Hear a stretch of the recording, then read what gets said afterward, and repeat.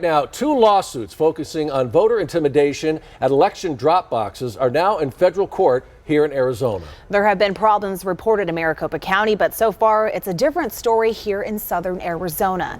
News 4 Tucson's Eric Fink is live at the Pima County Recorder's office with more on what voters are experiencing here. Eric, what can you tell us?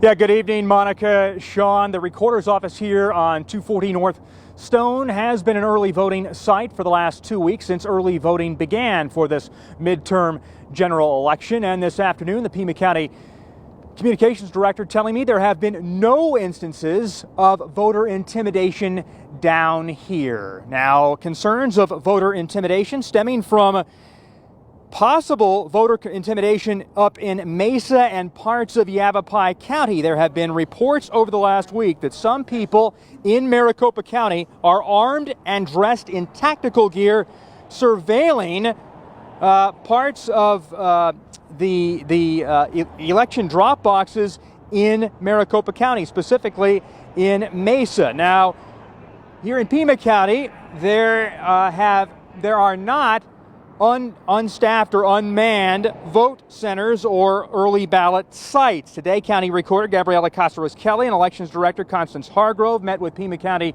Communications staff to discuss voter intimidation, something the County Communications Director Mark Evans says is just not happening here in Arizona's second largest county. So far, it's been business as usual. It hasn't really been all that extraordinary. You know, there's a lot of hot words getting shared back and forth and on social media, but it really is not showing up, you know, on the ground, if you will.